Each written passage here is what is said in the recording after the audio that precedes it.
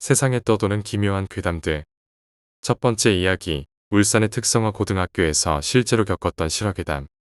현재 울산 A고등학교는 직업특성화 고등학교로 지어진 지 얼마 안 되었습니다. 그렇기 때문에 이 이야기를 들은 당시까지만 해도 팔기까지 재학 중이었습니다. 저희 학교에는 많은 괴담이 있지만 그 중에서도 특히 유명한 괴담 하나를 말씀드리고 싶습니다. 이 괴담은 몇 기수에 걸쳐서 계속 이어진 것으로 알고 있는데 기숙사 5층 501호에 관한 이야기입니다. 처음 신설이 되고 일기 선배님들이 들어왔습니다. 처음 시작은 여름방학이 끝마친 날이었습니다.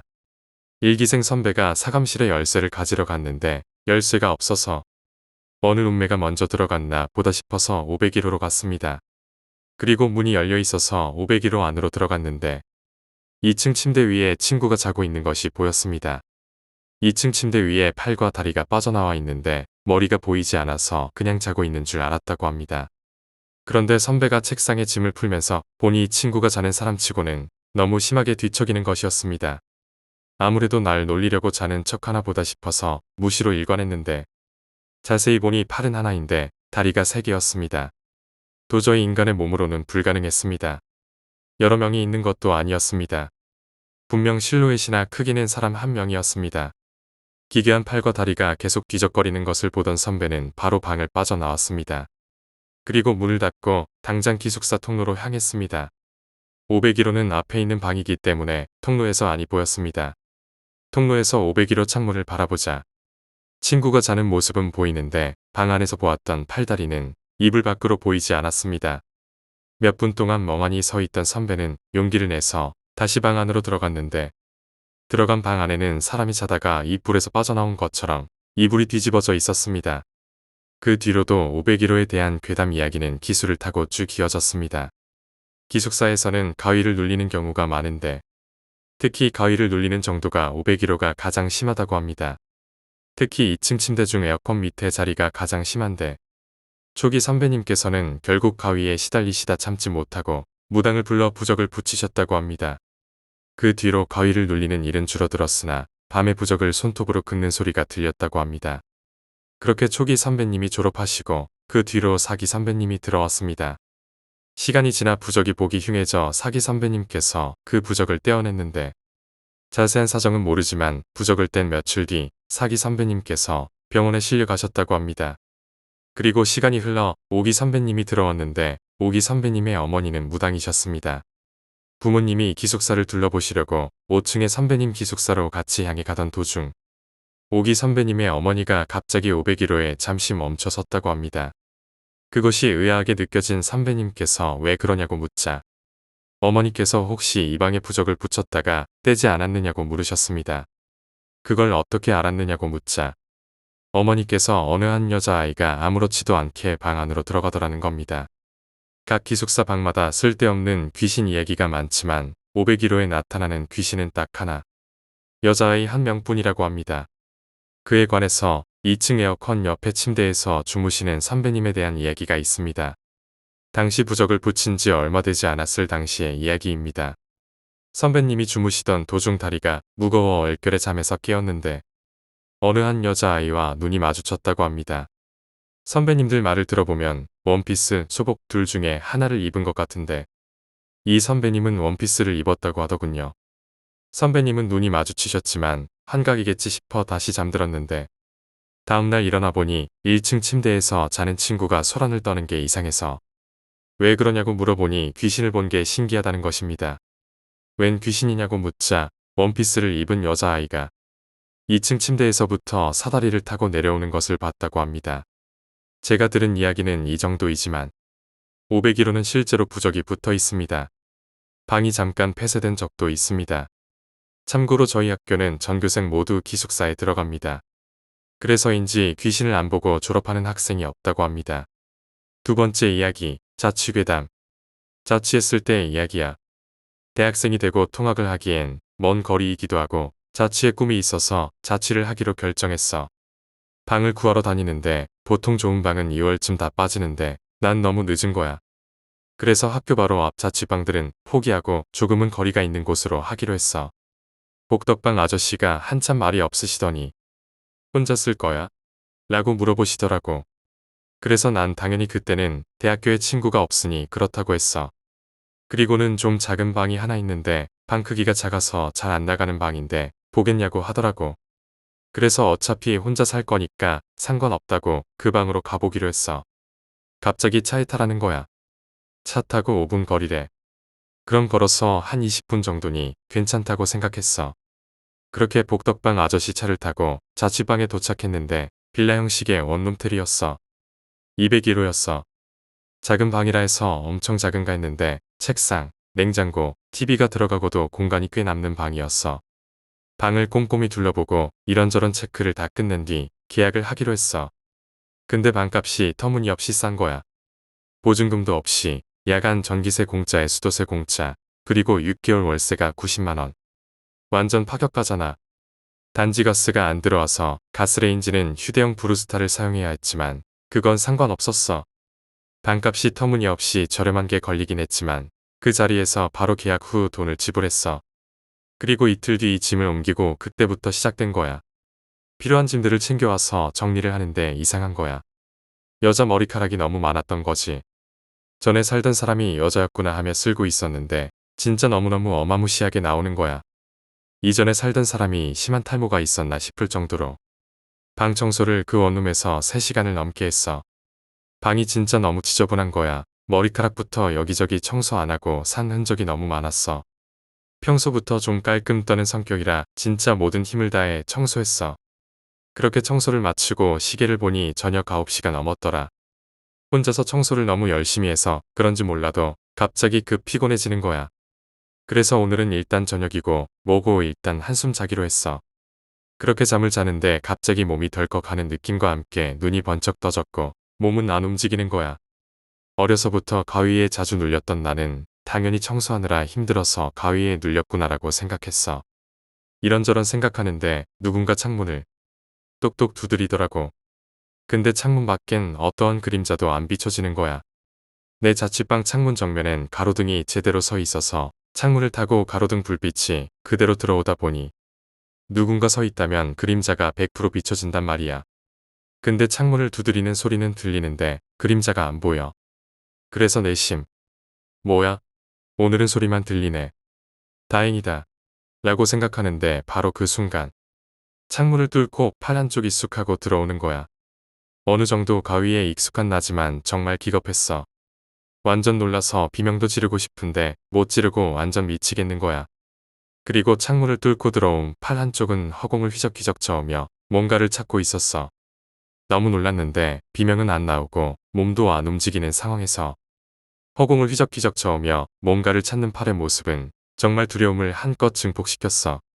왠지 저러다가 몸까지 불쑥 들어올 것 같아서 가위에서 벗어나기 위해 열심히 몸부림을 쳤어.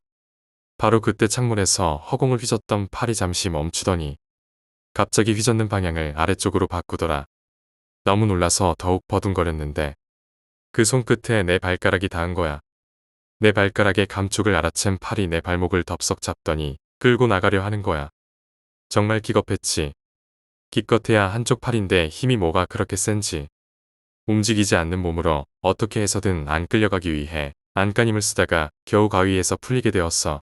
그리고 동시에 내 발목을 붙잡고 끌고 가려던 팔은 순식간에 사라졌어. 물론 가위에서 풀림과 동시에 난 기절했어. 근데 말이야, 의식을 잃기 바로 직전 그 팔의 주인 목소리로 들리는 한마디가 들렸어. 나중에 또 올게. 물론 정신을 차렸을 때도 그 말 한마디 때문에 기분이 굉장히 안 좋았어. 그렇게 아침이 되고 학교에 가기 위해 가방을 챙겨 들고 학교로 향했어. 근데 여기까지 복덕방 아저씨 차를 타고 와서 미처 못 봤었는데 내 자취방이 위치한 건물 옆에 엄청 큰 나무 한 그루가 있는 거야. 근데 그게 뭐랄까 보기만 했는데 기분이 싸해지는 그런 기분 나쁜 나무였어. 그리고 가는 길목에 또 미처 못 본 갈림길이 있는 거야. 그 갈림길의 반대쪽엔 산으로 이어진 길이 보였어. 그렇게 첫 수업이 끝나고 이리저리 처음 생긴 친구들과 친목 도모를 위해 술을 한잔했어. 오후 3시인데 말이야. 그 술자리가 끝난 시간은 밤 11시였어. 그렇게 거하게 술을 먹고 기분 좋게 비틀거리며 자취방으로 가서 뻗었어. 그날은 아무 일도 없었어. 그렇게 아무렇지 않은 일주일이 지나고 정확히 일주일째 되던 밤이었어. 또 가위에 눌린 난. 역시나 창문을 똑똑 두드리는 소리가 나는 거야. 지금까지 살면서 가위를 수도 없이 눌려봤지만 똑같은 현상의 가위 눌림은 이때가 처음이었어. 지금에서야 말하는 거지만 그때는 가위 눌림이 아니라 영적 체험을 한 건 아닌가 싶기도 해. 처음에 가위에 눌렸을 땐 창문에서만 똑똑거리는 소리가 들렸는데 이번엔 창문 쪽에서 똑똑하는 소리가 끝나자마자 현관문에서도 똑똑똑 하는 소리가 들리는 거야. 정말 1초도 안 되는 시간 차이로 계속해서 창문과 현관문을 똑똑거리는데 미치겠는 거야. 그렇게 한참을 똑똑거리던 소리가 멈추더라. 그래서 이때가 기회다 싶어서 필사의 힘을 다해 몸부림을 쳤어. 그리고 그와 동시에 천장을 뚫고 여자의 머리가 쑥 나오는 거야. 그렇게 천장을 뚫고 나온 머리와 눈을 마주치니 그 머리가 기분 나쁘게 씩 웃더니 보이나 보네 내가. 정말 있는 욕 없는 욕이 온 머리를 가득 채웠어. 식은땀을 뻘뻘 흘리는 내 모습이 재미있는지 그 귀신은 날 쳐다보며 더욱 크게 씩 웃으며 말했어. 나중에 또 올게. 라며 그때와 같은 말을 남기고 사라졌고 거짓말처럼 가위가 풀렸어. 그리고 난 전속력으로 그 방에서 나와 학교 앞 PC방으로 도망쳤어. 그렇게 게임방에서 날을 새고 아침이 되자마자 복덕방으로 달려갔어. 복덕방 아저씨에게 있는 대로 열을 내며 대체 저 방 정체가 뭐냐며 이런 방을 판다는 게 말이 되냐고 난리쳤어. 내가 미친 듯이 따지자 복덕방 아저씨는 태연하게 순순히 나에게 받았던 90만 원을 되돌려주더라. 그리고 그 방의 사연도 듣게 되었어. 내가 들어오기 전에도 그 방을 계약한 학생들은 한 달을 못 넘기고 방을 뺐대. 그 이유는 밤마다 똑똑거리는 소리가 들리고 가위 안 눌리던 애들까지. 가위가 눌려서 못 살겠다며 사정을 하더라는 거야. 그리고 아저씨가 말하더라. 원래 그 방에 한 여자가 살고 있었대. 나이는 20대 중후반이었고 여자가 세상 모르고 자고 있던 사이에 강도가 들어왔대. 여자 혼자 사는 방에 그것도 명백하게 사리를 품고 있는 강도가 들어왔으니 있는 대로 나쁜 꼴, 모진 꼴 다 보고 살해당했단 거야. 근데 그 여자가 친구도 없고 반에서도 거의 아웃사이더 같은 존재라 누구도 그 여자가 살해당한지 몰랐는데 어느 날 같은 층에 살고 있던 한 학생이 그 여자의 방에서 심각한 악취가 나서 집주인에게 말했고 집주인은 경찰에 신고를 했어. 그리고 시신이 발견된 거야. 그리고 그 건물에 살던 모든 학생들은 일제히 방을 빼버렸어. 살인사건이 일어난 원룸텔에서 살 자신 없는 건 다들 똑같으니까. 그렇게 난 이야기를 듣고 더 화가 나서 아저씨에게 따졌어. 왜 그런 방을 넘겼냐고. 아저씨도 미안하다 하시고 난 사실 금액상으로는 손해본 게 없으니 다른 방을 구하게 되었어. 그리고 말야. 짐을 다시 꾸리기 위해 그 집에 와서 다 꾸리고 나가려고 현관문 딱 여는데 어디선가 작게 누군가 말했어. 또 갈게. 세 번째 이야기. 일본 개그맨의 실화괴담. 일본 개그맨인 후지와라 카즈히로의 이야기입니다. 후지와라는 오사카에 혼자 자취를 하게 되었어요. 오사카 미나미에서 도보 5분 거리에다가 반값도 저렴한 맨션이었는데요. 아무 일 없이 편안하게 생활하던 도중 어느 날 침대에 누워있는데 방 안 테이블 위에 올려놓은 잡지의 책장이 하나하나 넘어가더래요. 바람이 부는 곳도 없는데 넘어가기에 섬뜩했지만 아무 일도 아니겠지라며 넘겼어요. 그리고 한날은 방에 누워있는데 갑자기 TV가 켜지는가 하면 어떤 날은 갑자기 욕실 샤워기가 틀어져 물이 나오거나 알 수 없는 기이한 현상들이 반복되더랍니다. 그렇게 계속되는 현상에 누구나 그렇듯 이 방에 뭔가 있나 보다라는 생각을 갖게 되었대요. 그러던 도중 한날은 친구 몇몇과 미팅을 하고 2차를 가려는데 경제적으로 부담을 느끼던 때라 근처였던 후지와라의 집으로 가게 되었어요. 근데 후지와라의 맨션 앞에 오자 일행 중 한 명의 여자가 이 맨션은 절대 들어가기 싫어. 후지와라는 있었던 일들이 떠올라서 조심스럽게 혹시 영감이 있는 편이야? 라고 물었고 여자는 응이라고 대답하더래요. 후지와라는 이때다 싶어서 미안한데 제발 내 방에 가서 뭐가 있는지 좀 봐주면 안 될까? 라고 부탁하여 함께 방으로 가게 되었대요. 후지와라의 방엔 방 코너에 비스듬히 TV 테이블 위에 TV를 올려놓고 있는데 여자가 방에 들어오자마자 그 TV의 뒤쪽을 가리키며 저기야 라고 말하더래요. 그래서 후지와라는 도대체 뭐가 있는데? 라고 묻자 여자는 갑자기 눈빛이 바뀌더니 남자한테 버림받았어. 자살했네. 그 남자가 당신인 줄 착각하고 있어. 그래서 후지와라는 그럼 어떻게 해야 돼? 라고 물어보려 하자 여자가 말을 끊고 근데 말야 왜 저 구석인지 알아? 저 삼각구석 TV의 뒤쪽이잖아. 혼자 사는 당신이 가장 자주 바라봐 주는 곳이니까. 무서워진 후지와라는 결국 이사 가기로 했고, 옆에 사시던 관리인 아주머니께 그 일을 말씀드리고 계약 해지를 하기 위해 방문했대요. 그랬더니 아주머니께서 몰랐던 거야. 이 맨션 옥상에서 뛰어내렸던 그 여자가 높지도 않은 맨션인데도 죽은 이유가 그 방 베란다에 머리가 부딪혀 죽었거든. 네 번째 이야기, 귀신 나오는 집. 우리 집은 18평의 누나, 나, 아버지, 어머니 이렇게 네 식구가 살고 있었습니다. 내가 초등학교 2학년 때부터 살던 집이었습니다. 방은 2칸이었고 누나랑 나는 같은 방을 썼습니다. 내가 중학생이 되면서 난 부엌에서 잠을 잤습니다. 누나랑 같이 방을 쓰기엔 둘 다 너무 커버려서 서로 불편했습니다.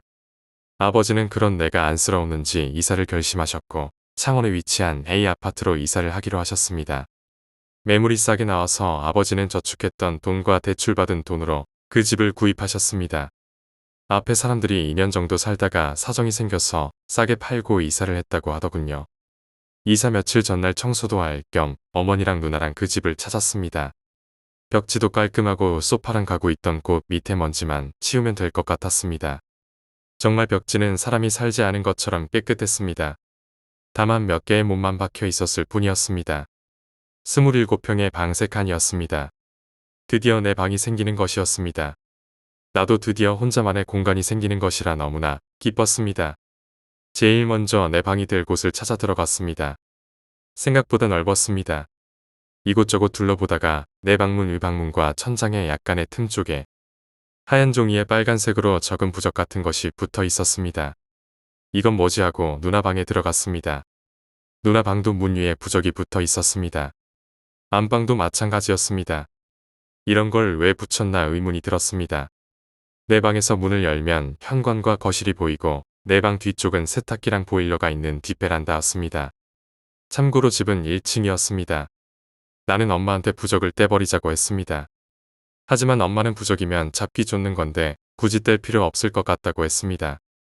유일하게 부적이 붙어 있지 않는 곳은 거실밖에 없었습니다. 그날 그렇게 청소만 하고 이틀 뒤 주말에 이사를 했습니다. 태어나 처음으로 침대란 걸 가지게 되었고 컬러 모니터에 컴퓨터와 새 책상 정말 날아갈 듯 기뻤습니다. 침대는 머리 쪽이 뒷베란다 쪽으로 향하게 위치를 잡았습니다.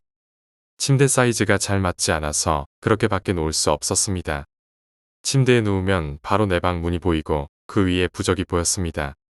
좀 거슬리긴 했지만 침대에 누워서 새 책상과 컴퓨터를 바라보니 언제 그랬냐는 듯 입가에 미소가 번졌습니다. 그렇게 고된 이사를 마치고 첫날 밤. 너무 피곤한 나머지 일찍 잠이 들었습니다. 얼마나 잤을까? 난 고양이의 소리가 거슬렸지만 너무 피곤하여 혼잣말을 중얼거리고 다시 잠을 청했습니다. 한 마리가 아니었습니다. 고양이는 시간이 갈수록 모여들었습니다. 우리 집 1층 뒷베란다 밑쪽에 고양이들이 모여들고 있었습니다. 듣기 싫은 고양이 울음소리. 난 귀를 막고 다시 잠을 청했습니다. 그렇게 밤에 고양이들에게 시달리다가 일어나니 이사 몸살과 피곤함이 겹쳐서 컨디션이 영 아니었습니다. 이사를 했다고 친구에게 자랑을 했고 친구가 집에 놀러 왔습니다. 친구가 이사 선물로 조그만 토끼 한 마리를 선물로 주었습니다. 난 슈퍼에서 라면 박스를 구해서 그 안에 토끼를 넣었고 거실에 놓아두었습니다. 그렇게 친구는 돌아가고 그날 밤 아버지와 어머니는 웬 토끼냐며 냄새가 난다는 둥. 내일 가져다 주라고 호되게 야단을 치셨습니다. 난 순순히 그렇게 하겠다고 말씀드리고 내일 친구에게 토끼를 보내줄 생각이었습니다.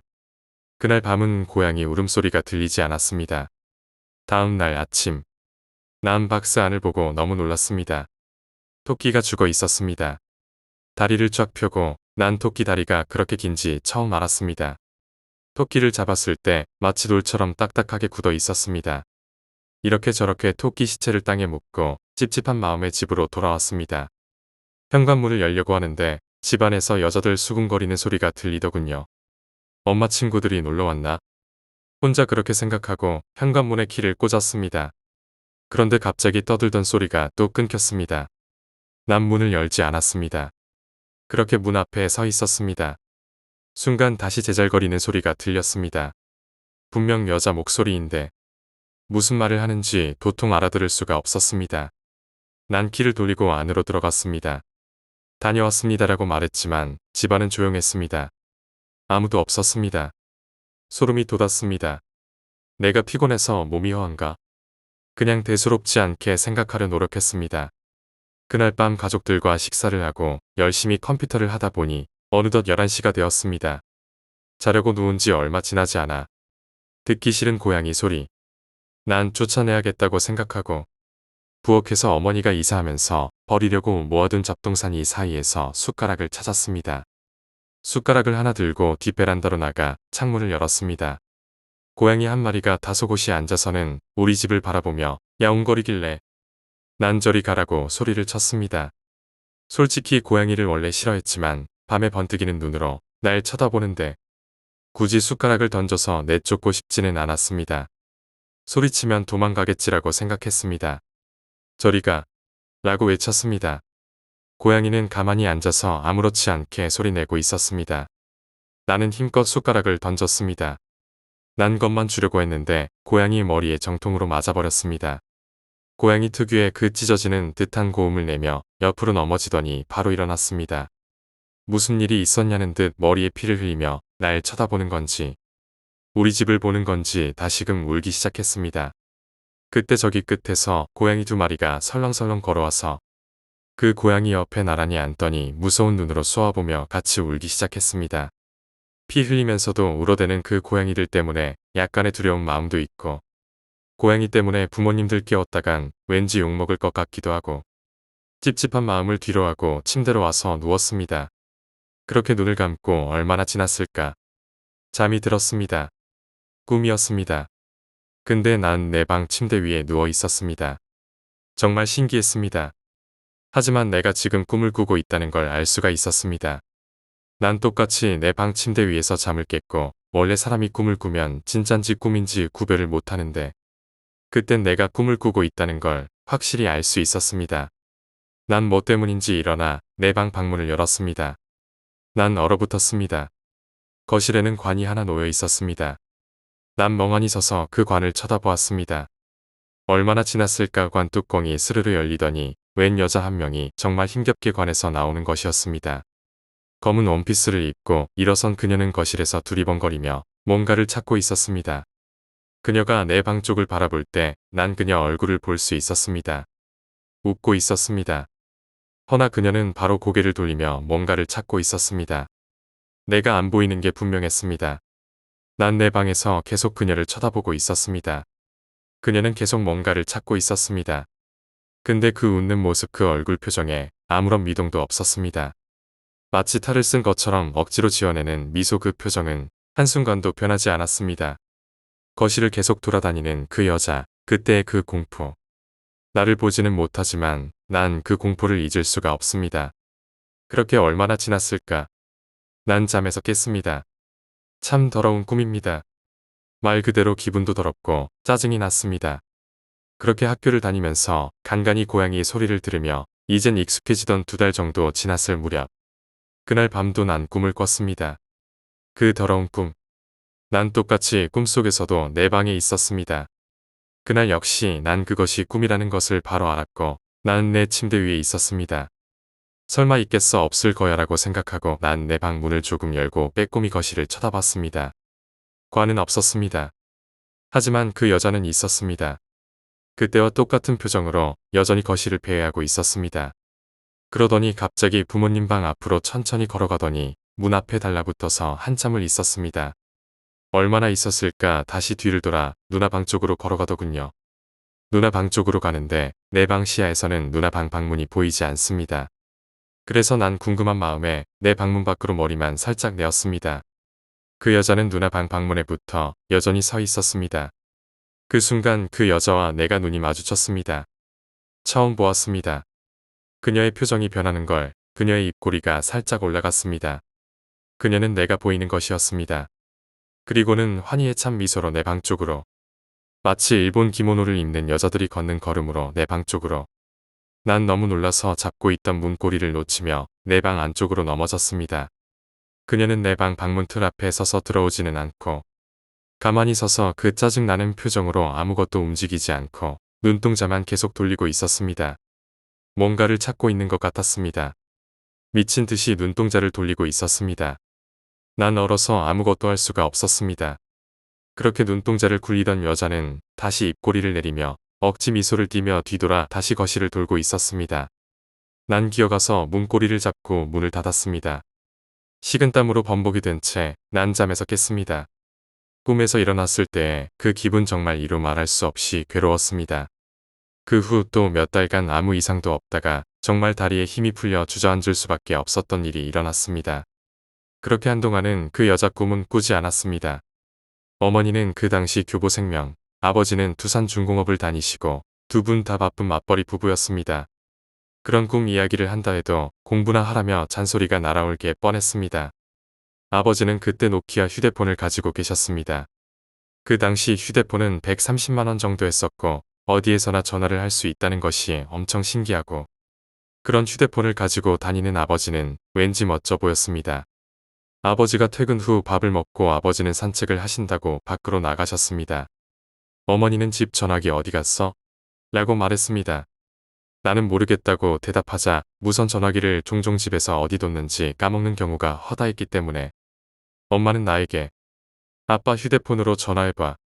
난 아버지 휴대폰으로 집에 전화를 했습니다. 난 소리가 들리는 쪽을 찾아갔습니다. 거실 소파 쪽에서 들렸습니다. 분명 소리는 나는데 보이지가 않았습니다. 구석구석 훑어보는데 소파 등받이와 쿠션 틈에 집 전화기가 끼어 있었습니다. 엄마, 전화기 여기 있어요. 난 휴대폰을 귀에 대고 어머니에게 말하는 도중에 전화를 받았습니다. 내 눈앞에 소파에 꽂혀 있는 집 전화를 누가 받았습니다. 다리에 힘이 풀렸습니다. 누구세요? 라고 물어보자 알아들을 수 없는 소리가 들려왔습니다. 난 멍하니 휴대폰을 귀에 대고 정신 나간 사람처럼 서 있었습니다. 내가 몇 달 전에 현관 앞에서 듣던 알아들을 수 없던 여자 소리 그 소리였습니다. 난 휴대폰을 소파 위에 던지고는 내 방으로 들어가 문을 닫았습니다. 그리고는 내 책상에 앉아서 손톱을 물어뜯기 시작했습니다. 분명 이건 현실이 아닐 거야. 내가 잘못 들었나? 분명히 누군가 받았는데 혼선된 걸 수도 있는 거니까. 순간 어머니가 문을 열고 들어오셨습니다. 난 순간 깜짝 놀랐습니다.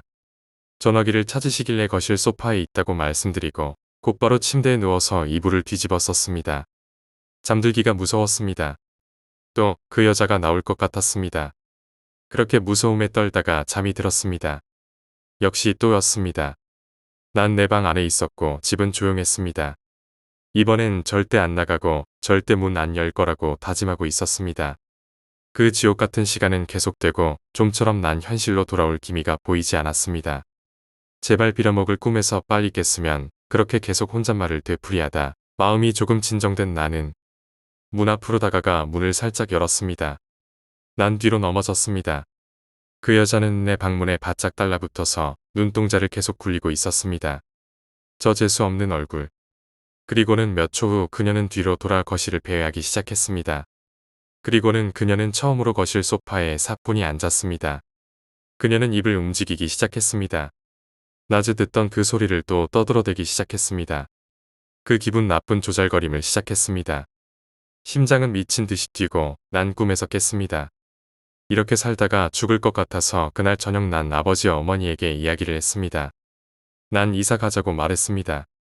어머니 아버지는 별일 아닌 듯 맨날 늦게 자서 그렇다고 일찍 자라고 하셨습니다. 난 정말 죽을 것 같은데 아무도 내 이야기를 심각하게 받아들이지 않았습니다. 그 후 그 여자는 보이지 않았습니다. 6개월 정도가 지난 어느 날 6개월이란 시간은 그 모든 것을 잊기에는 충분한 시간이었고 고양이 울음소리 따윈 그때마다 이어폰을 끼고 자는 걸로 해결했습니다. 누나랑 부모님께 고양이의 소리 안 들리냐고도 물어봤지만 뭐 그닥 귀 기울여서 듣지 않으면 잘 안 들리니 신경 안 쓴다고 하더군요. 내 방에선 더럽게 잘 들리는데 암튼 어느 날 아버지가 술에 잔뜩 취해서 새벽 1시쯤 집에 들어오시더니 거실 소파에 바로 쓰러져 버리셨습니다. 어머니는 팔짱을 끼고 쳐다보다가 방으로 들어가 버리셨고 나도 그냥 방으로 들어가서 잠을 청했습니다. 갑자기 눈이 번쩍 떠졌습니다. 꿈입니다. 그 빌어먹을 꿈. 다시금 그때의 기억이 떠오르며 공포감이 엄습해왔습니다. 역시 가만히 앉아서는 그 꿈이 깨지 않았습니다. 난 일어나 방문을 잡아당겼습니다. 믿지 못할 광경이 눈앞에 펼쳐졌습니다. 아버지는 그 여자 무릎을 베고 누워 계셨고 그 여자는 그런 아버지를 내려다보면서 웃고 있었습니다. 아버지의 머리를 쓰다듬으며 뭐가 그리 즐거운지 기분 나쁜 웃음을 짓고 있었습니다. 그리고는 내 방 쪽으로 고개를 돌리더니 또 그 조잘거림을 시작했습니다. 난 방문을 닫아버렸습니다. 어제 도대체 어떤 년이랑. 엄마가 소리쳤습니다. 뭔 헛소리야. 아빠가 소리 지르며 곧이어 우당탕탕 문 밖에서 싸우는 소리가 시끄럽게 들려왔습니다. 난 놀라서 잠에서 깼습니다. 어머니는 아버지에게 막 화를 내셨고 아버지 역시 그런 어머니에게 소리를 지르고 계셨습니다. 현실도 지옥이구나. 그렇게 어머니 아버지의 싸움은 일주일이 계속되었고 아버지는 집을 나가셨습니다. 그렇게 두 분은 별거 생활을 하시고 15년 만에 이혼을 하셨습니다. 한참이 지난 후에 들은 이야기지만 어머니는 그때 밤마다 아버지가 거실에서 다른 여자랑 껴안고 있는 꿈을 꾸셨다고 합니다. 그게 계속되다 보니 그것이 현실인지 꿈인지 구별 못할 정도의 의부증이 생겼고 아버지는 집에 오는 것이 싫어서 계속 늦게 오시던지 외박을 하셨습니다. 어머니의 폭언과 싸움은 계속되었고 참다 못한 아버지는 집을 나가신 것입니다. 아버지는 시골 할머님 집으로 들어가셨고 그렇게 두 분은 10년 넘게 얼굴 한번 보시지 않고 누나를 결혼시키고 작년에 내 결혼식을 마지막으로 이혼을 하셨습니다. 솔직히 그때는 난 아버지에게 무슨 사고가 생기지 않을까 걱정이 되었습니다. 불행 중 다행이라 해야 하나 아버지에겐 아무 일이 없었고 그 후로 아버지는 그 집에서 볼 수 없었습니다. 아무튼 그렇게 아버지는 집을 나갔고 달마다 아버지는 우리에게 생활비를 보내주셨습니다. 난 고등학교에 진학했고 누나는 대학에 진학해서 변리사 공부를 하다 외국으로 1년짜리 어학연수를 떠났습니다. 집에는 어머니랑 나 둘뿐이었습니다. 집에 혼자 있는 시간은 많아졌습니다. 어머니가 어느 날 너도 혼자 있고 심심할 텐데 우리 도개 한 마리 키울까? 나도 심심하고 혼자 있을 때 기분도 찝찝하고 있으면 나쁘지 않을 것 같다고 했습니다. 어머니는 다음날 요크셔테리어 한 마리를 가지고 오셨고 신나게 데리고 놀다가 그날 밤 낑낑 소리에 잠에서 깼습니다. 개가 앓는 소리를 내면서 현관문을 벅벅 긁고 있었습니다. 밖으로 나가려고 하는 것 같았습니다. 내가 방문을 열자마자 내 방 쪽으로 뛰어들어와서는 책상 밑으로 들어가 숨어버렸습니다. 그렇게 개와 나는 혼숙을 했습니다. 아침에 학교 가려고 현관문을 열었을 때 그 개는 미친 듯이 밖으로 뛰어나와 달아나 버렸습니다. 미처 내가 잡을 틈도 없이 그렇게 하루 만에 또 친구를 잃었습니다. 그 후 난 거의 이틀에 한 번꼴로 그 여자를 만나야 했습니다. 그녀의 모습을 확인하지 않으면 난 그 꿈에서 깰 수가 없었습니다. 허나 그녀는 내 방 앞에 서 있지 않았습니다. 항상 어머니 혼자 주무시는 방에 달라붙어서 떨어지질 않았습니다. 난 걱정이 됐습니다. 혹시 엄마한테 안 좋은 일이 생기지 않을까. 난 다음날 밤에도 그 꿈을 꿨습니다. 문을 여니 어머니 방 앞에서 또 뭐라고 조잘거리고 있었습니다. 난 어머니가 걱정이 되어 내 방 밖으로 나와 거실에 섰습니다. 그 여자가 고개를 휙 돌리더니 다시금 입꼬리를 올리며 뭐라고 조잘거리면서 나에게 달려왔습니다. 난 눈을 질끈 감았습니다. 몇 초가 지났을까. 실눈을 살짝 뜨니 내 얼굴 바로 앞에 그 창백한 얼굴을 맞대고 내 볼에 닿는 그 여자의 피부는 미칠 듯이 차가웠습니다. 그 여자는 쉴 새 없이 입을 조잘거렸습니다. 그리고는 내 귀에 그 입을 가져다 대었습니다. 그 여자가 하는 말은 너무 빨랐습니다. 그 상황을 피해보려 눈을 감았습니다. 눈물이 날 것 같았습니다. 너무 무서웠습니다. 그때 그 말을 들을 수 있었습니다. 네가 여기 왜 있어? 네가 여기 왜 있어? 저 말을 엄청나게 빠른 속도로 되풀이하고 있었습니다. 그러더니 갑자기 다른 말을 중얼거리기 시작했습니다. 들여보내줘. 들여보내줘. 그러던 차에 어머니의 말이 들려왔습니다. 일어나. 학교 가야지. 지친 몸과 더러운 기분으로 난 학교로 갔습니다. 방과 후 버스 정류장에서 옆 학교 상급생과 시비가 붙었습니다. 난 싸움을 좋아하지 않지만 그날 이성을 잃고 싸웠습니다. 왜 그런지는 모르겠습니다. 시비를 붙은 건 내 친구였지만 나도 같이 동조해서 싸웠습니다. 그렇게 큰 싸움이 아니었음에도 불구하고 결과는 상대방 학생 한쪽 눈에 시력을 잃었습니다. 난 경찰서에서 조서를 꾸몄습니다. 그 일은 법원으로 넘어가 법적 처벌을 피하려면 싸움에 참여했던 3명에게 6천만 원씩 1억 8천을 배상하라고 했습니다. 어머니는 괜찮다며 나를 다독였고 난 그게 더 죄송해서 죽고 싶은 마음밖에 없었습니다. 나 같은 놈은 죽어야 된다고 생각하고 내 방 방문 손잡이에 전선줄을 걸고 목에 전선줄을 감았습니다. 얼굴이 뜨거워지고 피가 역류하는 느낌이 든 순간 문 밖에서 찢어질 듯한 웃음소리가 들려왔습니다. 정신이 번쩍 들었습니다. 내가 죽으면 엄마는 어떻게 하지 불현듯 이란 생각이 들었습니다. 난 머리 위 방문 손잡이를 붙잡고 감긴 전선줄을 풀고 깊은 숨을 토해냈습니다. 어머니는 그 집을 시세보다 1,000만 원 낮춰서 급처를 하고 6천만 원을 합의금으로 주었습니다. 난 학교를 자퇴해야만 했고 다른 집 전세로 이사를 갔습니다. 그렇게 난 그 집과의 악연을 마무리했습니다. 그리고 일주일 후 우리가 집을 판 사람에게서 어머니에게 연락이 왔습니다. 우편물이 자꾸 이쪽으로 온다고 우편물 온 거 찾아가라고. 어머니는 저에게 찾아오라며 시켰는데 하루 이틀 미루다가 그 근처에 갈 일이 생겨서 그 거질 같은 집으로 갔습니다. 벨을 눌러도 인기척이 없었습니다. 한참 벨을 누르는데 옆집 아주머니가 장을 보고 오시는 길이었습니다. 아주머니는 어젯밤에 그 집에 난리가 나서 사람이 없을 것이라고 했습니다. 사연인즉 그 집에 이사 온 집딸이 약간 간질 같은 게 있어서 애가 잘 놀라니까 옆집 아주머니한테 혹시 자기 없거나 그럴 때 애가 발작을 할 수도 있으니 관심을 가져달라고 부탁을 했다고 합니다. 그리고 이틀 전 낮에 옆집이 시끄럽길래 찾아가니까 집을 손본다고 시끄러울 거라고 양해를 구했다고 했습니다. 그리고 다음날 새벽에 앰뷸런스가 와서 그 애를 태워나갔다고 합니다. 실려 나가는데 눈이 뒤집혀서 입에 거품을 물고 실려 나갔다고 합니다. 난 소름이 돋았습니다. 그냥 거기 서 있는 것도 싫어서 옆집 아주머니한테 인사를 하고 나오는데 그 집 바로 밑쪽에 쓰레기들이 잔뜩 쌓여 있었습니다. 찢어진 장판, 널브러진 벽지. 그 사이에 내 방문 위에 붙어있던 부적이 있었습니다. 5번째 이야기, 선배 누나의 원룸에서 겪었던 소름 끼치는 실화괴담. 여느 때와 다름없이 학교를 끝내고 나른한 몸을 이끌고 집에 들어왔습니다. 9평 남짓한 원룸. 여기가 제가 생활하는 곳입니다. 화장실은 공동으로 사용하기 때문에 좀 불편하지만 지방에서 올라와서 안면 없이 이만한 방을 구하기란 쉽지 않다는 걸 압니다. 나름 아기자기하게 꾸미고 도배도 예쁜 핑크색으로 해놓으니 대충 여자 방 같긴 한데요. 좀 늦은 저녁을 먹고 TV도 좀 보다가 남은 과제를 하고 나니 어느덧 밤 11시가 훌쩍 넘었습니다. 내일은 오전 일찍부터 첫 수업이 시작되니 어서 눈을 좀 붙여야겠습니다. 잠결에 들린 소리인가? 너무나 생생했습니다. 누나, 저 영민이에요. 누나 주무세요. 영민이, 1살 후배인 영민이 눈을 비비고 현관문 앞에 섰습니다. 부르는 소리는 들리지 않았지만 나직한 신음소리와 발자국 소리. 시계를 보니 새벽 2시 5분 전이었습니다. 누구세요? 누나, 저 영민인데요. 집에 혼자 계세요? 응, 영민아, 이 새벽에 웬일이야? 3시가 다 되어가는 새벽에 무슨 일일까? 그다지 친하지 않은 후배의 방문이라니. 누나, 잠깐 문 좀 열어주세요. 왜 그러니? 무슨 일인데? 누나, 죄송한데 학교 앞에서 술을 한잔 했거든요. 근데 지금 너무 취해서 집에 못 가겠어요. 그래도 그렇지, 여자 혼자 사는 집에 와서 어떡하려고 그래?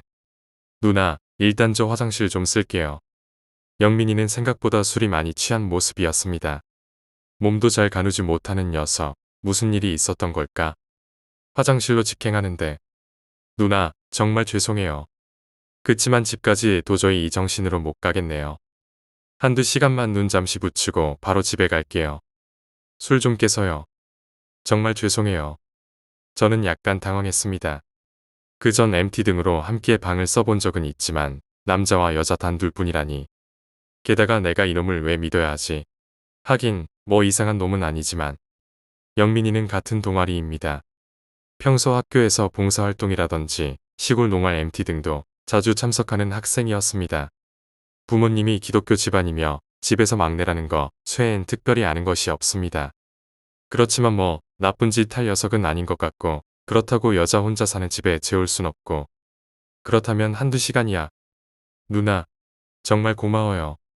저 너무 힘들어서 대충 침대 밑에서 잘게요. 이내 코를 골고 정신을 놓아버립니다. 다 잘 새벽에 잠이 깨니 왠지 잠이 오지 않습니다. 그치만 내일은 오전 수업이 있고 이놈도 깨워서 보내야 하고 누워서 창밖을 보니 이상하게 나무가 심하게 흔들거립니다. 비도 오지 않는 날씨인데 바람은 휑하니 불어댑니다. 어느샌가 잠이 들었나 봅니다. 침대 밑에 녀석은 내 손을 꽉 붙잡고 놓아주지 않았습니다. 무슨 일이야? 스르륵 손을 빼며 물었습니다. 누나, 혹시 집에 라면 같은 거 있어요? 아무리 동생 같고 동아리 후배라지만 순간 화가 났습니다. 그것 때문에 깨운 거니? 너 그냥 집에 가라. 누나, 속이 너무 쓰려서 그래요. 국물 같은 거 없어요? 저랑 편의점 가요, 누나. 네, 가주세요. 제발 가요. 제가 같이 가드릴게요. 갈 거면 너 혼자 가지. 왜 나까지 가야 하는 거니? 그리고 너 너무한 거 아니야? 기껏 차비도 없고 힘들어 보여서 잠까지 재워주는데 뭘 달라니 말라니 술이 덜 깬 거야. 사람이 양심이 있어야지. 너 그렇게 안 봤는데 아주 막 하는구나. 누나, 정말 죄송해요. 근데 편의점 길도 모르고 국물 같은 거 지금 먹어야겠어요. 저를 이해해주세요. 이번 한 번만요. 부탁드려요. 이상하게 너무 간절한 눈빛으로 나를 바라봤습니다. 그래, 힘들겠지. 얼마나 술을 퍼먹었으면 저럴까. 아직도 영민이의 눈은 시뻘겋게 충혈되어 있었습니다. 술을 먹으면 사람이 이상해집니다. 얌전하던 사람도 터프해지고 때론 과격해지기도 하고 그렇게 성격이 거지 같던 애도 술을 먹고 울어버릴 때가 많습니다. 갑자기 예전에 사귀던 남자친구가 생각이 납니다. 술만 먹으면 나에게 손을 대곤 했습니다. 그냥 한두 번이 아닌 버릇으로 술만 먹으면 그렇게 변하곤 했습니다. 예전에 찢어졌던 귓불이 소주 한 잔만 먹어도 달아오르는 걸 본 후 그날 이후부터 저는 술을 먹지 않았고 술자리도 꺼리게 되었습니다. 그치만 압니다. 술을 먹으면 때때로 이해할 수 없는 것도 이해가 된다는 것을 이해해야겠지요. 어느샌가 밖에는 비가 추적추적 내리고 있었습니다. 영민이는 대충 술이 좀 깬 듯한데 얼른 라면이라든가 해장할 걸 먹인 후 집에 보내야겠습니다. 영민아, 그리고 애들한테 우리 집에서 잔 거 얘기하면 안 돼. 집을 나서는 순간 이 녀석은 내 손목을 꽉 잡고 뛰기 시작했습니다. 영민아, 무슨 짓이야, 이거 못 놔? 아무리 발악을 해도 놓아주지 않았고 순간 이 어린 녀석에게서 공포감을 느꼈습니다. 누나, 아무 말 말고 저 따라오세요. 일단은 뛰어야 해요. 끌려가다시피 도착한 곳은 예상외로 어두운 골목길에서 벗어난 큰 대로변이었습니다. 누나, 경찰서 어디예요? 이거나 좀 차근히 설명해봐. 무슨 일이야, 영민아. 누나 놀라서 죽는 꼴 보고 싶어서 그래. 누나, 놀라지 말고 제 얘기 잘 들으셔야 해요. 누나, 지금 누나 집 침대 밑에 사람이 있어요. 6번째 이야기, 손자국. 저는 지금 남자친구와 같이 살고 있고 남자친구와 저는 보통 사람들과는 다르게 영체를 볼 수 있는 힘이 있습니다. 이건 타고난 것인지 후천적으로 생긴 건지는 잘 모르겠지만 저희 가족 중에도 저처럼 형체를 볼 수 있는 사람이 여럿 있습니다. 어머니는 꿈 쪽으로 대단히 민감하셔서 미래에 관한 꿈을 쪽집게처럼 잘 맞추시고 아버지는 가끔 영체와 마주치고 대화도 하십니다. 저는 어머니와 아버지 두 분의 능력을 모두 물려받은 것 같고요. 제 남자친구는 영을 본다기보다는 느낀다고 하는 편이 더 맞을 것 같네요. 그 영의 기운이 웬만큼 강하지 않으면 존재조차 느끼지 못한다고 합니다. 대신 저에겐 없는 능력을 가지고 있더라고요.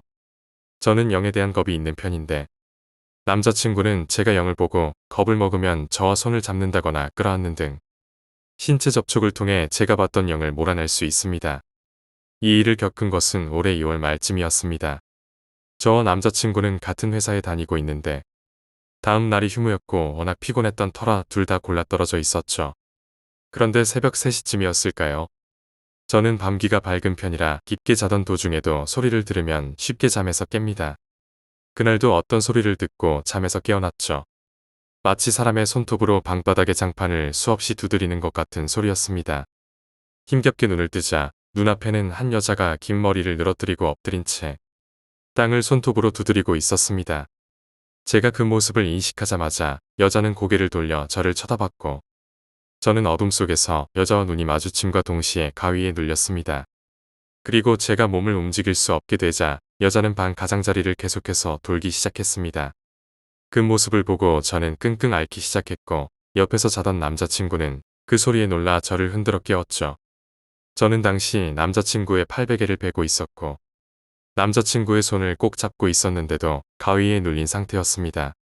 남자친구는 제게 왜 그러냐고 여러 번 물었고 저는 귀신, 저기 귀신이라고만 말하고 그대로 정신을 잃고 말았습니다. 그리고 남자친구는 제가 잡고 있는 손을 통해 제가 봤던 귀신을 보게 되었다고 합니다. 그 여자가 제 배 위에 올라타서 제 목을 조르는 광경을 말이죠. 여자는 계속 미친 듯이 제 목을 조르며 웃는데 저는 앓는 소리 하나 내지 않고 죽은 듯이 누워 있었다는 겁니다. 더더욱 이상한 것은 제 발밑에도 여자 귀신 하나가 더 서 있었다는 것입니다. 정작 제가 봤던 귀신은 하나였는데도 말이죠. 그리고 저는 정신을 잃은 가운데 꿈을 꿨습니다. 버스를 타고 혼자 어딘가로 가는 꿈이었죠. 손에는 파란색 비닐봉지가 들려 있었고 봉지 안에는 대파와 감자, 양파, 당근 같은 채소가 가득했습니다. 저는 어딘가에서 내리려고 했는데 그 정류장에서 내리지 못해 다음 정류장에서 내리게 되었습니다. 정류장에 내려보니 의자에 고등학교 동창인 여자아이 둘이 앉아 있었습니다. 같은 반이었던 아이도 있었고 저희 반에 자주 놀러와 얼굴만 알고 있던 아이도 있었죠. 하지만 둘 다 별로 친한 친구가 아니었기 때문에 저는 인사도 안 하고 그냥 가던 길을 가기 위해 몸을 돌렸습니다. 그런데 갑자기 그 아이들이 저를 부르는 겁니다. 제 이름이 아닌 언니라고요.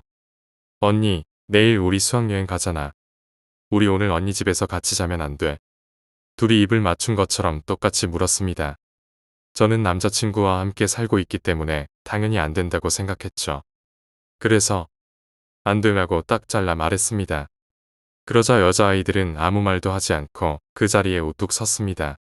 그리고 제 뒤에서 아쉽다, 데려갈 수 있었는데 저는 깜짝 놀라 뒤를 돌아봤습니다. 하지만 어찌된 영문인지 그 둘은 이미 사라진 후였고 저는 잠에서 깨어났습니다. 눈을 뜨니 아침이었고 곁에 있던 남자친구가 간밤에 있던 일을 이야기해줬죠. 저는 당시 남자친구의 손을 잡고 있다 가위가 풀리자 조용히 잠들었다고 합니다. 남자친구는 제가 죽은 듯 숨소리도 내지 않고 잤다고 하더라고요. 그리고 남자친구는 제가 자는 동안 2시간 가까이 귀신들과 싸웠다고 합니다. 제 발밑에 서 있던 귀신이 제 발목을 끌어내리는데 저는 배 위에 올라탄 귀신에게 목을 졸리는 와중에 질질 끌려 내려가고 있었다고 하더라고요. 이대로 뒀다간 큰일 나겠다 싶었던 남자친구는 귀신들에게 버럭 소리를 질렀다고 합니다. 어디 한번 데려가 봐라. 내가 너희 찢어 죽여버릴 테니까. 그런데 남자친구가 이렇게 소리치며 귀신들에게 욕을 했더니 귀신들은 더 크게 웃으며 힘이 더 강해졌다고 합니다. 남자친구는 끌려가는 제 몸을 붙잡으며 계속 소리를 질렀다고 합니다. 죽었으면 곱게 승천할 것이지 왜 남의 집에 와서 다른 사람을 잡아가려는 거냐고. 내 여자친구 일어나면 죽여버릴 거라고. 그렇게 말했더니 귀신들이 사라졌다고 합니다. 아주 잠깐 소리를 질렀던 것 같은데 온몸에 힘이 없기에 시계를 봤더니 2시간 가까이 지나 있었다네요. 남자친구의 이야기를 듣고 보니 제 꿈과 묘하게 딱 들어맞는 것이었습니다. 남자친구가 봤던 귀신 둘과 제 꿈에 나왔던 여자아이 둘. 정말로 그 아이들이 저를 데리러 왔던 것인가 싶습니다. 그리고 아침에 거울을 봤더니 목에는 여자 손자국이 나 있었습니다. 다른 자국들은 희미해서 잘 알아볼 수 없었는데 다만 엄지손가락 자국만은 굉장히 선명하게 남아있더군요. 7번째 이야기, 속삭임. 고등학교 1학년 때 겪은 일입니다. 보충학습이 끝난 8월의 어느 날이었습니다. 여름이라 날씨가 굉장히 더웠기 때문에 저는 선풍기를 틀어놓고 잠을 청하고 있었습니다. 꿈도 안 꾸고 한참 동안 푹 자고 있었죠. 그런데 갑자기 누나가 저를 부르는 소리가 들려왔습니다. 저는 잠에서 깨어 눈을 떴죠. 그런데 이상한 일이 일어났습니다. 분명히 눈을 떴고 눈꺼풀이 깜빡거리는 것도 느껴지는데 정작 아무것도 보이지 않는 것입니다. 온몸에 소름이 돋았습니다. 저는 한 번도 가위에 눌려본 적이 없었던 터라 당황해서 발버둥을 쳤죠. 그런데 가위가 풀리기는커녕 오히려 느낌이 더 이상했습니다.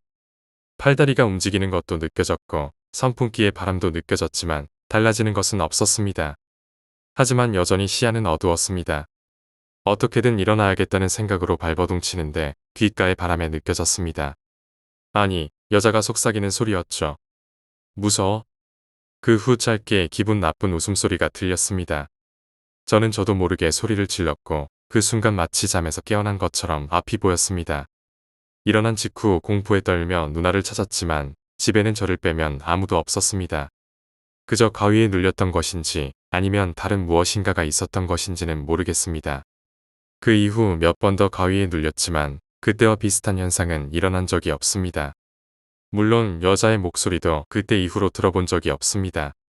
아직도 그때 귓가에 울려 퍼지던 여자의 목소리가 생생합니다. 8번째 이야기, 나의 수호령. 어렸을 때 저희 집은 여름이 되면 강이나 바다로 가족끼리 텐트를 가져가 며칠씩 놀다 오곤 했습니다. 어느 해에는 경주에 있는 간포라는 곳에 가게 되었습니다. 그곳은 우리 가족이 자주 놀러갔던 곳이었는데 수심이 얕아 어린아이도 걸어서 꽤 멀리 갈 수 있었습니다. 또 바위섬들이 해안에서 멀리 떨어져 있는 다른 바다와는 달리 아주 가까운 곳에 바위섬이 몇 개 있었죠. 그런데 바위섬 주변은 유독 수심이 깊어서 어른들의 말에 따르면 수영을 잘하는 사람이 구명조끼를 입고 들어갔는데도 익사한 적이 있었다는 겁니다. 저는 그날 구명조끼를 입고 바다에서 한참을 놀고 있었습니다. 그러다 지쳐서 텐트로 돌아가려는데 바닥에 발이 미끄러졌습니다. 분명히 바닥에는 반들반들한 자갈들만 있었는데도 무언가에 잡아당겨진 것처럼 엎어지고 말았죠.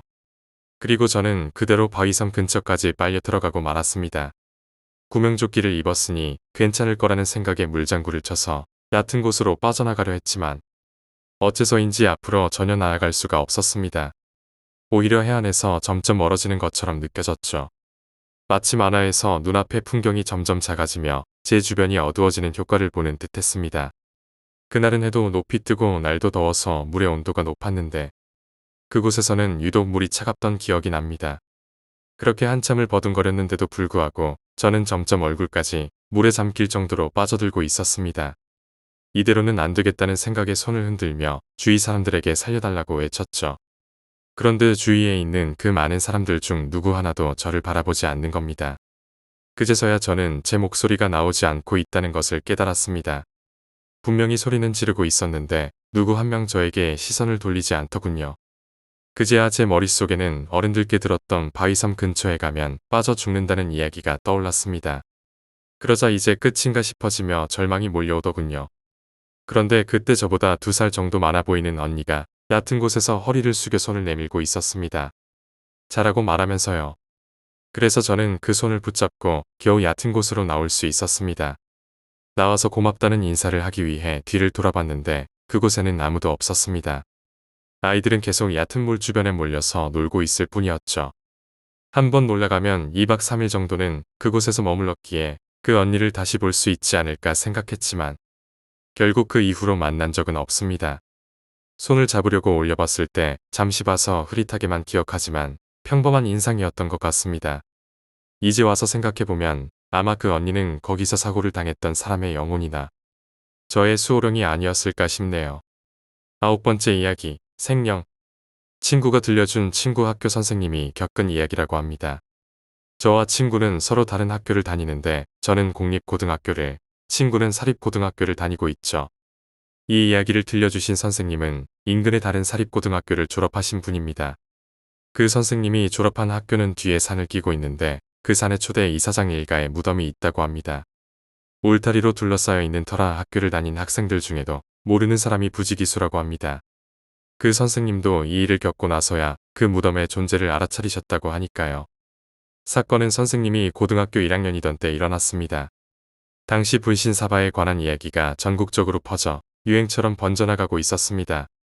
귀신이 볼펜으로 글을 써준다는 등 소문에 혹한 선생님도 야간 자율학습이 끝난 교실에서 친구 2명과 함께 분신사바를 하기로 했죠. 자율학습이 끝나고 9시가 조금 넘은 시간, 선생님과 친구들은 분신사바를 하기 시작했습니다. 분신사바, 분신사바. 주문을 다 외우고 나서 살짝 쥐는 정도의 힘만 주고 펜을 넣었습니다. 오셨나요? 펜은 서서히 움직이더니 동그라미를 그렸습니다. 당신은 죽었나요?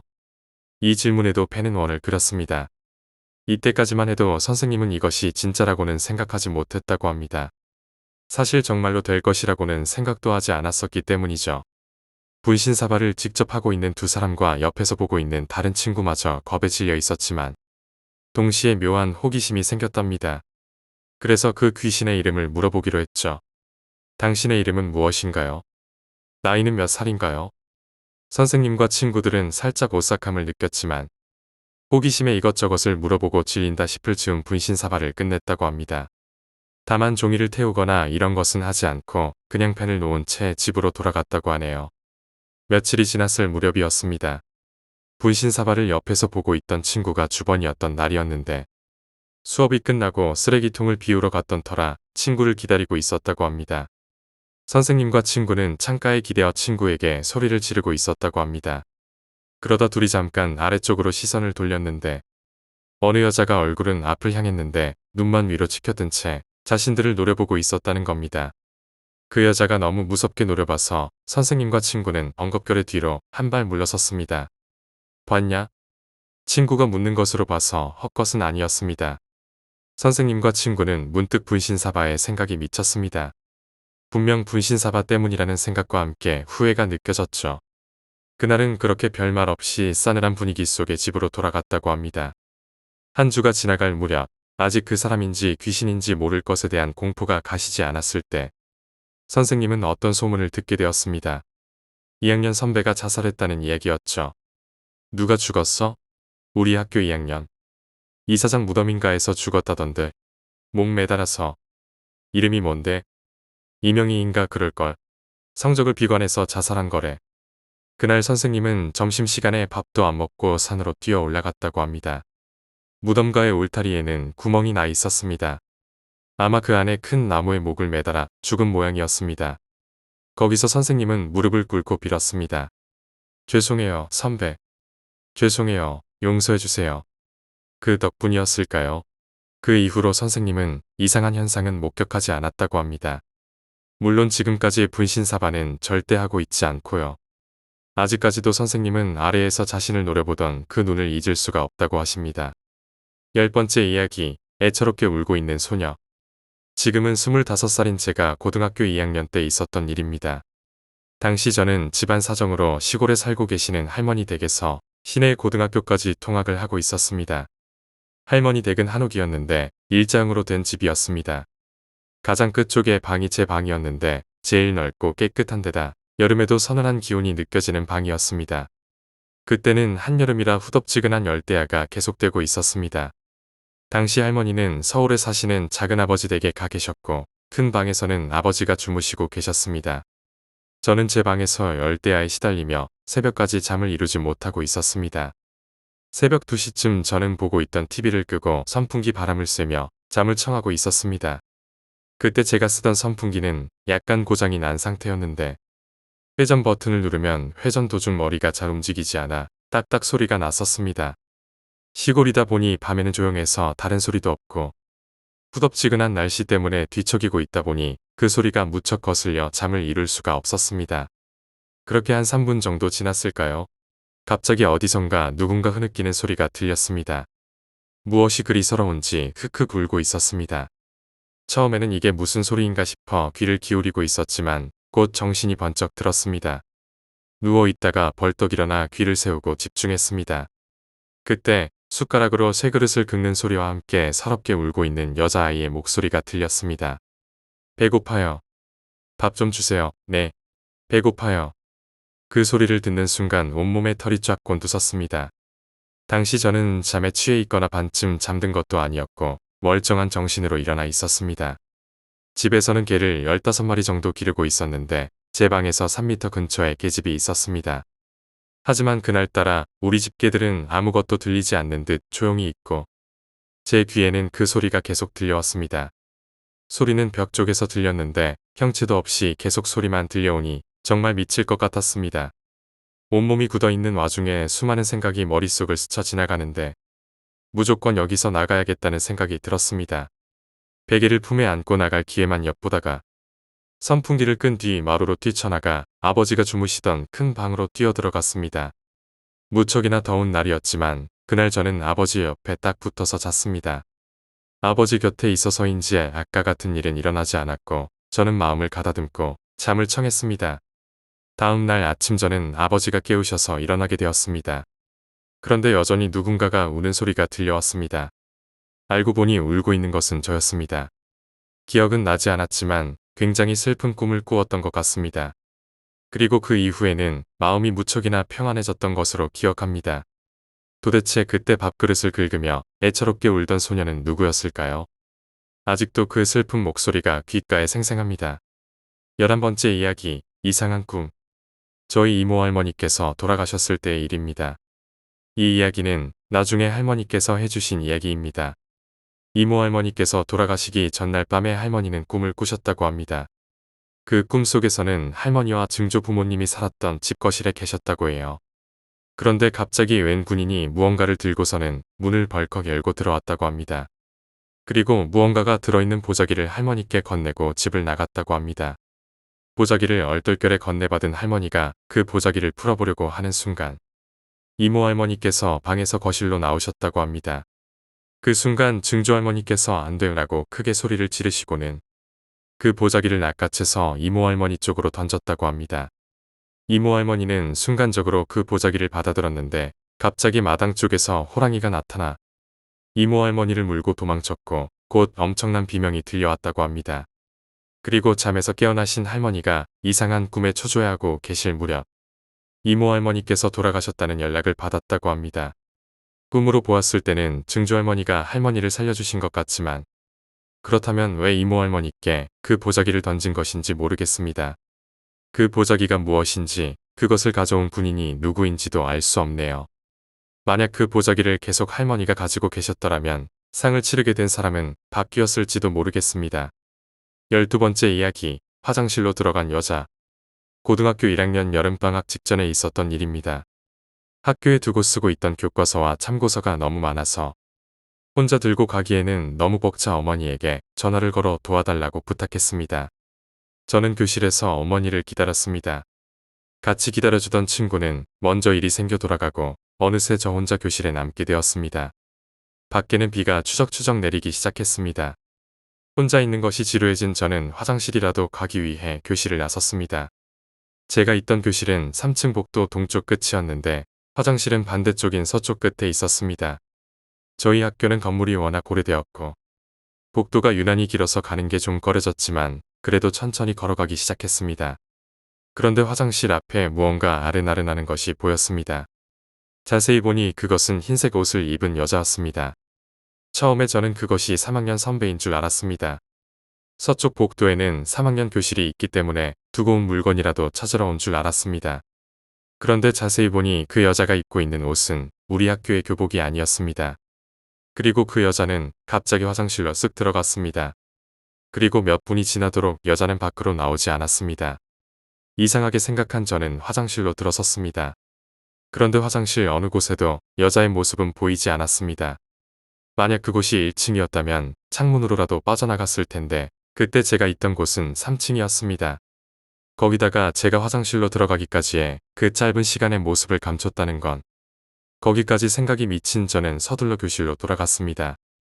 다행히 잠시 뒤에 어머니와 동생, 수희 아저씨가 올라와서 저는 무사히 집으로 돌아갈 수 있었습니다. 그날따라 왜 그렇게 교과서가 무겁게 느껴졌던지. 13번째 이야기, 죽은 자의 영혼. 이 이야기는 제가 초등학교 4학년이었던 2007년에 있었던 일입니다.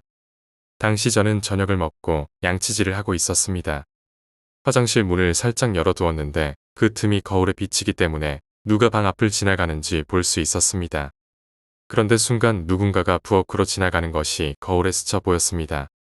대략 155cm 정도의 작은 키의 머리가 조금 긴 남자의 모습이었습니다. 순간 오싹한 느낌이 전신을 휩싸 화장실에서 얼굴만 빼꼼히 내밀고 부모님께 방금 부엌으로 가셨냐고 여쭈어 보았습니다. 하지만 두 분은 거실에서 TV를 보고 계셨고 둘 중 어느 분도 움직이지 않았다는 것입니다. 저희 부모님이 제게 거짓말을 하실 이유가 없었던지라 좀 이상하다 싶었지만 그때는 그냥 그렇게 지나갔습니다. 하지만 그 이후에도 소름 끼치도록 비슷한 일은 계속 일어났습니다. 확실히 기억은 나지 않지만 그런 일이 약 한 달가량 계속되었던 것은 확실합니다. 그리고 처음 찾아왔을 때처럼 어느 날 갑자기 그 현상은 사라졌습니다. 하지만 다음해 저는 또다시 기묘한 일을 겪게 되었습니다. 한창 기말고사 시험 준비를 하느라 학원에서 보충 수업을 듣고 집에 돌아오고 있었습니다. 당시 저희 부모님은 일 때문에 집에 들어오는 시간이 비정기적이셨고 늦게 돌아오시는 일도 잦았습니다.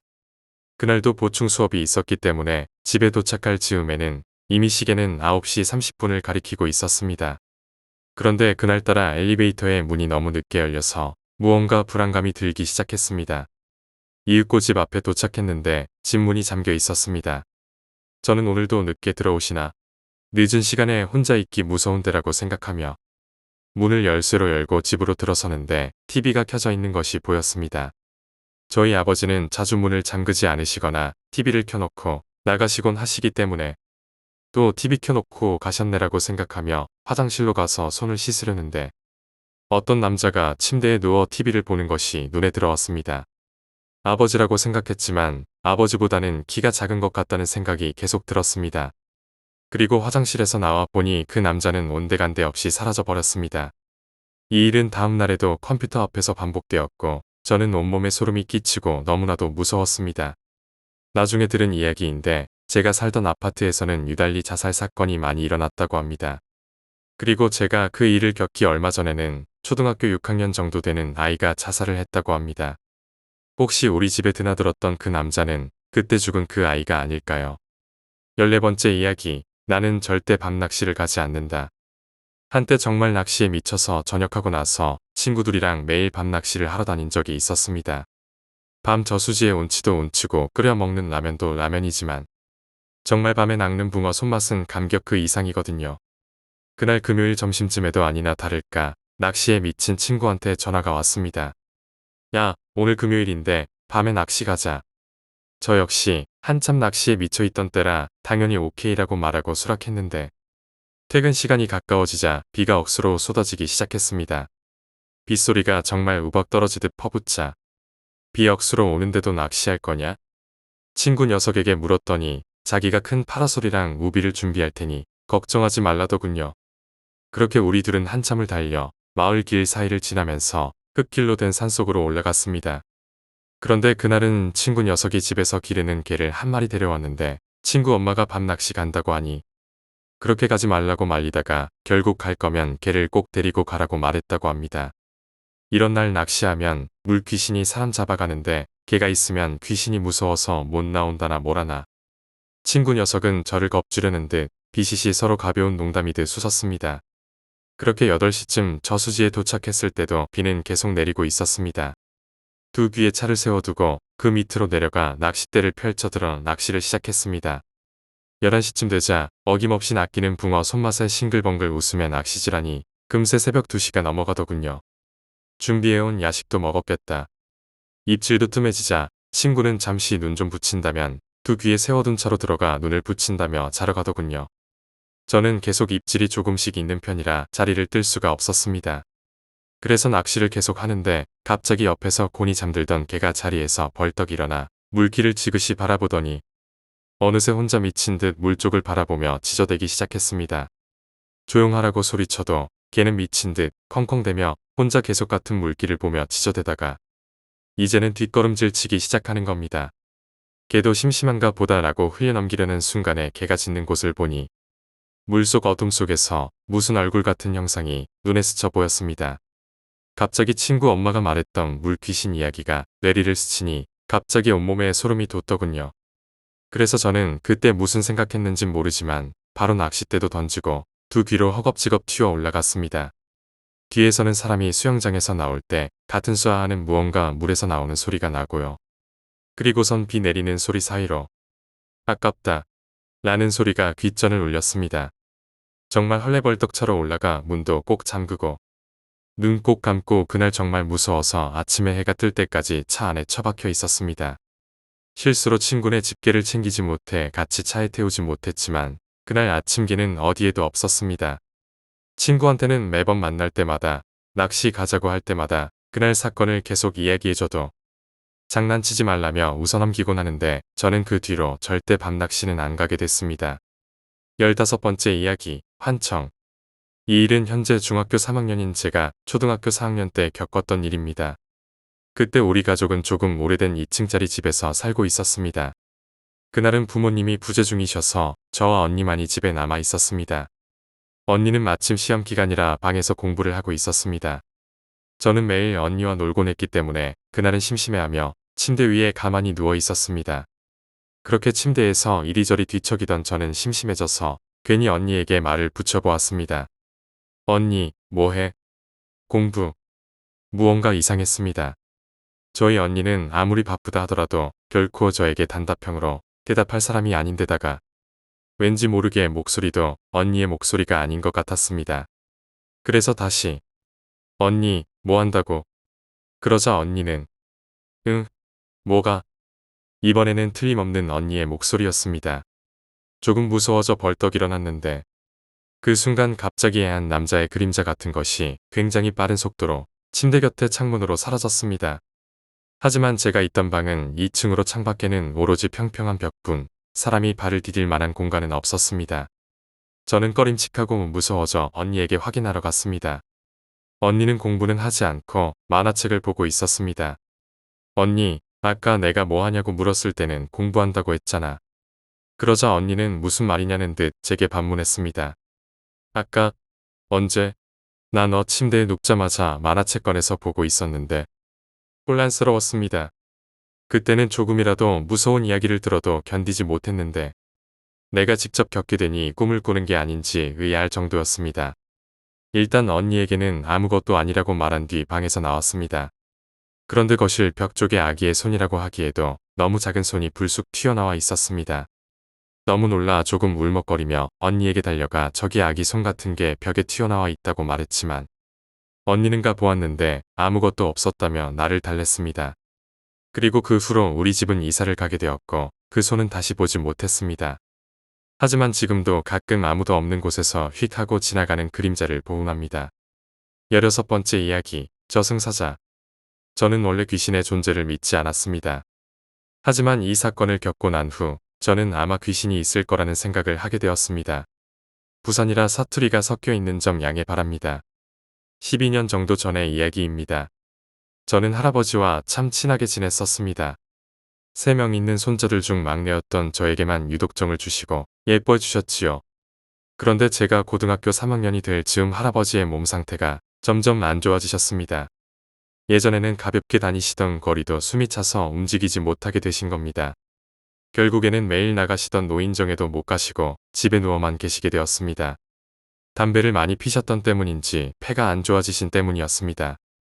어머니는 매일 일을 마치고 돌아오셔서 할아버지의 병수발을 들었지만 할아버지의 몸은 나날이 말라갈 뿐이었습니다. 그러던 어느 날 야간 자율학습을 마치고 집으로 돌아오자 할아버지께서는 이미 돌아가셨습니다.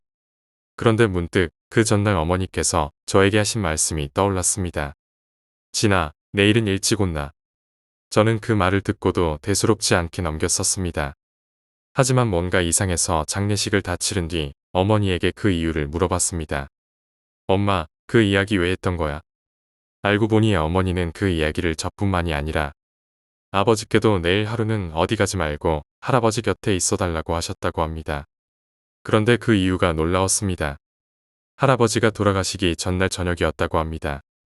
어머니께서는 부엌에서 설거지를 하고 계셨다고 합니다. 참고로 싱크대는 할아버지 방문 바로 옆에 있습니다. 할아버지는 침대에 누워 발 쪽에 있는 TV를 보고 계셨다고 합니다. 그런데 갑자기 할아버지께서 어머니를 부르셨다는 겁니다. 소리를 듣고 어머니가 할아버지 방으로 들어가자 할아버지께서는 발 쪽 침대와 TV 사이를 손으로 가리키셨다고 합니다. 저기 저 사람이 서 있네. 누구? 예? 무슨 사람 말입니까? 저기 저 사람 한 명 서서 내를 보고 있는데. 하지만 어머니에게는 아무것도 보이지 않았다고 합니다. 어머니는 이상하다 싶어 가족들에게 말을 하셨던 것입니다. 어머니는 그게 저승사자라고 생각하셨다고 합니다. 지금도 저는 그것이 저승사자인지 아니면 다른 무엇인지 잘 모르겠습니다. 저는 아직까지 귀신 같은 것을 본 적도 없고 바위 같은 것에 눌려본 적도 없습니다. 하지만 그 이후 저는 귀신의 존재를 부정하지 않습니다. 그 사건을 생각하면 눈에 보이지는 않지만 주위에서 우리와 함께하고 있을 거라는 생각이 드네요.